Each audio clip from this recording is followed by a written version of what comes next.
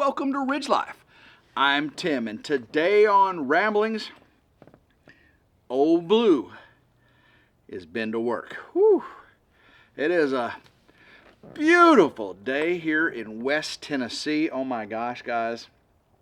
I mean, just gorgeous. Blue skies. The wind is finally starting to slow down. It seems like the wind has been blowing like this for weeks. But finally, this afternoon, it started to slow down a little bit. And guys, mid 70s. Oh, got the windows open, the ridge crib. Just beautiful. Now, I have had a few problems, but it's okay. It's okay. You know, what would life be like without a few problems? You know, Tim doesn't know what he's doing often and creates some problems for himself. He does do that. I do that. But it's okay. That is the most expensive cup holder in the universe. Putting it to use, though. That's right. I will say this. My neck is so sore. I've got a crick in my neck.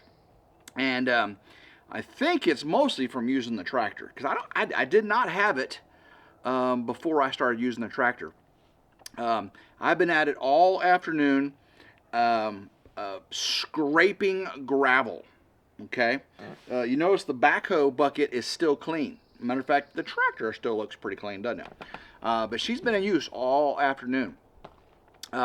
What I did today was scrape all the gravel from where I'm digging the trenches for the off-grid solar power shed to the solar array behind me.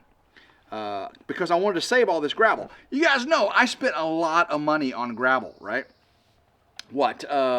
13 $900 loads on the driveway, and what was it? 6, 7, 8 loads for the carport area here. At, again, $900 a load. Oh my gosh, very expensive stuff. Not bragging. I mean, it is what it is. I mean, that's how much it costs to get gravel here in West Tennessee. This crushed limestone, and this crushed limestone, the CR610, is amazing. How it packs. And how pretty it is, and it just pretty much turns to concrete. You guys know I didn't use any underlayment, right? And I took a lot of ribbing for that too. You gotta put the geotextile fabric and plastic under there, otherwise that gravel's just gonna disappear. Which is true in a lot of situations. We've got a very clay-like dirt. Once you get off that topsoil.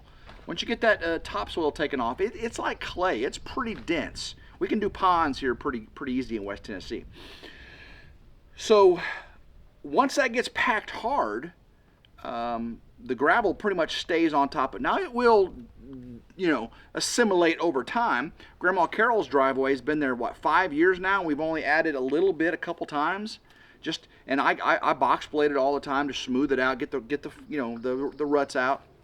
Bring everything back where it's supposed to be. My driveway, I think I've box bladed twice in the year and a half I've had it done, and it's still holding up very nicely. Of course, the driveway all looks beautiful as well. Oh man, I just took 2 ibuprofen, so hopefully that helps the crick in the neck. I don't know if it was sleeping weird last night or just being on the tractor all day, but you ask anybody that gets on tractors a lot for hours at a time how it can do a crick in the neck for you. And I wasn't coughing at all earlier while I was on the tractor until I started drinking a cold soda. You ever eat like ice cream and inhale that cold air and it makes your lungs tighten up and cough? So apologize for the coughing. A lot of it is allergy originated. Some of y'all thought it may be my blood pressure medicine. I've been taking that same blood pressure medicine. It's losartan and amlodipine, and I don't know if I pronounced them right. Been taking those for years. I'd stopped taking them for about 7-8 months, when I first retired. But I've been taking again for a while now. So I don't think coughing is a side effect, but you let me know. Let me know if that could be the case. But someone said one of the blood pressure medicine can have coughing as a side effect. So I just think it's allergies this time of the year because everything is green. On all the vehicles, they're just green, green, green. But yeah, I've got all the gravel scooped, pushed back so I can dig the trenches. And then I also pulled it back enough to where when I dig the dirt out, I set it on top of dirt so I'm not wasting all my gravel. So once I get the conduit down in there, I can push the dirt back in the hole, pack it with the bucket, and then drag the gravel back over it and then pack that down. I mean, there'll be a little bit of dirt mixed in with it, but it just saves me another $1,000 in gravel. Excuse me. Yeah, so I did that all the way out to the poles behind me, and then I did the poles. I scooped everything next to the poles, so now I've got a straight stretch to dig from the power shed down through the poles, and then to poles to the big, well, it's probably not the right order. I'm going to dig the trench from the power shed over to the poles, and then dig individual pole trenches, and then turn around. Yes, turn around and do the main trench. I think that'll work. What do you think? I got the 3 trenches and then the perpendicular trench. Should I do the 3 trenches first, like this, and then do this? Or should I do this one first and then straddle it or go over it and dig? I'm going to have to do the physics of that. Tell me what you think down below, which I should do, the straight one or the 3 and then the straight one. Yeah, I'm curious what your thoughts are on that. You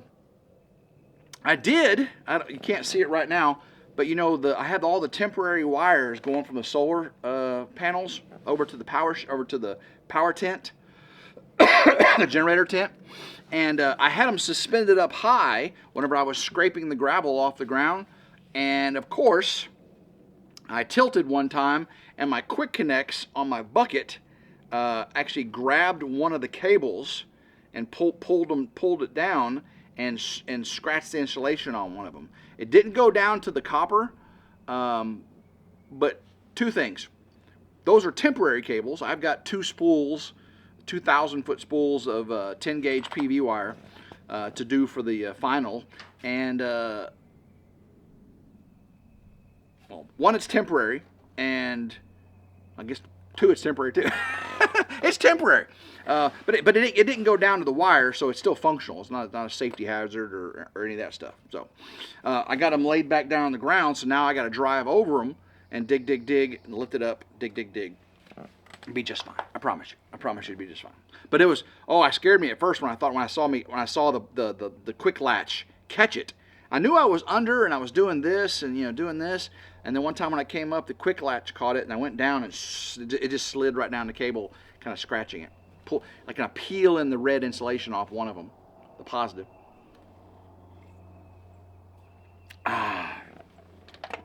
So did y'all see the video that came out on RidgeLife today? We talked about it yesterday. What did I break? Well, yeah, that 50 amp box. One of you actually called it right off. The 50 amp box on the outside of the power shed.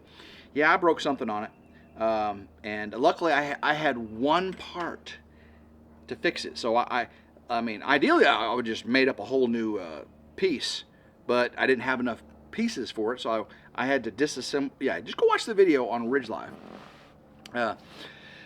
And then I fixed the DC battery box problem, the DC bus boxes with the bus bars. I fixed that. That was my dad's suggestion to do it that way, and a lot of other people's suggestion. Again, 80% of the engineers and electricians on the solar forum said didn't need to do it. That grounded panels with DC going through individual legs is not going to induce any type of heating, thermal heating or anything.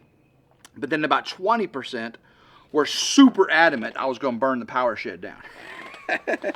Most people were in the 80% saying it's not going to be an issue, or if it is, it's going to be negligible. So, but I did it anyway because I'm a conscientious kind of guy. I want to do things right the second time or third time. Maybe not the first time, but try to do it right the second or third time. Boy, boy, the chickens are laying eggs. I have 5 chickens, and they're laying an egg a day. Some of them are almost laying like 2 eggs a day. It's pretty crazy. Grandma Carol comes up here and gets eggs. Then of course I check eggs and take them to Grandma Carol. Yeah, so the girls are doing just fine. I'm excited about this spring, guys. I really am. When is the first day of spring? It's in March, right? I know the time changed already, but spring isn't here. When is spring? When does spring sprung? Let me know in the comments down below. I'm curious. I don't have my phone with me right now to Google it, to ask Siri. Yeah, spring is here. Spring is almost here. Probably tomorrow I'm back here working on the ditches and everything.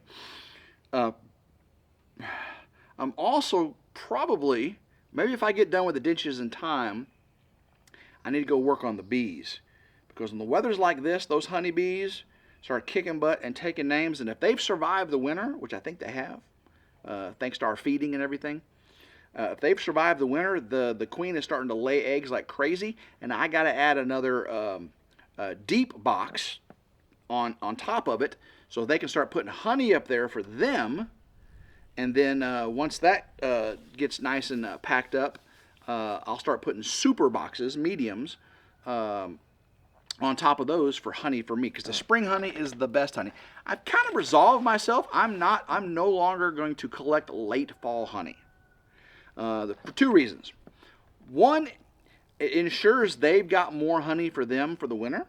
And 2, I really don't like the taste of the late fall honey. With our goldenrod here, the dirty feet taste and smell, and not taste, it's more smell.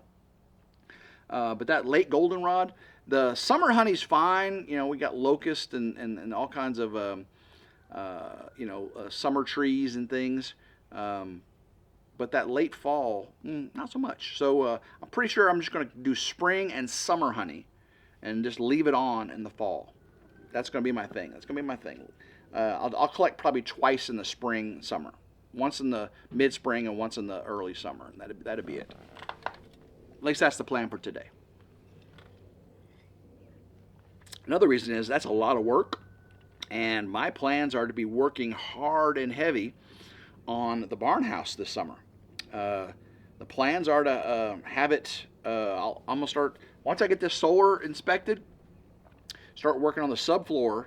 And then, when I get the big guns coming in, helping with the timber framing and the SIPs, they're going to do their part quickly. I guarantee within a month, they'll have it to the point where I take back over completely.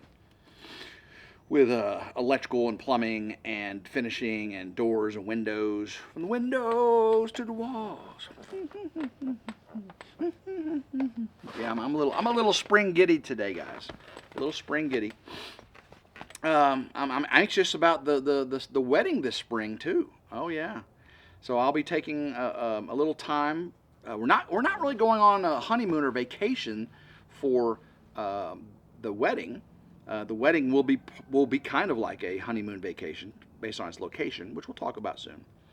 And then probably once we get the house dried in and stuff, Meredith and I will take a vacation. We've only been on really one vacation together. Guys, we've never been on a vacation alone. We've been on a family vacation, our first, to Colorado. We went on Bikes, Blues, and Barbecue with David. That was just a couple days. We did go to see a concert in Little Rock for a weekend. That's when I proposed. That's really the only times we've had the Willa's dance competition. We got away to Nashville. But Meredith and I really haven't had any vacations alone. So the love we have and the strength of our relationship has just been based on day to day, not on bubblegum and rainbows. It's been on day to day life, and it's very strong, very, very strong. I can't imagine being able to spend that much alone time with her. We spent a whole week together for the vacation with the family, and It was amazing. There was no arguments, no disagreements. It was just a great time. I actually spent a week with her when we were doing the barn. I stayed over there to be with the barn people building it for a week. And so I got to see Meredith every day then. And we've still, to this day, over a year now, have never had an argument. We disagreed on a couple things. We've never argued about it. Yeah, it's pretty amazing. I know an argument will come eventually, maybe. Does it have to? I don't know. You tell me. Do you have to argue? I know that you can't hold things back. You have to, speak your mind and be able to open up to your partner, which we do. We definitely have some deep discussions and disagreements on things, political and religious, and but we come together at the end of the conversation, for the common goal. We find out our differences, and we rally around the similarities, right? We kind of sequester the differences, let them be, because each people need their own identity, their own individuality, but then we come together on the commonality of each other, of our relationship. It's pretty amazing. I'm very, very happy with it. She is a very, very forgiving person. She has to be with me. I do a lot to need to be forgiven for, and I'm just very, very thankful that I've got her. I'm thankful I got you guys too, because you guys are very, very forgiving. Sometimes, like on RidgeLife, I went away for a week, and I really didn't have too many videos on this channel. I had 1 or 2 saved up that I put out, at the beginning when I left. Then Meredith and I did the 2 lives, and then I put a video out today. And now we're just hitting the ground running.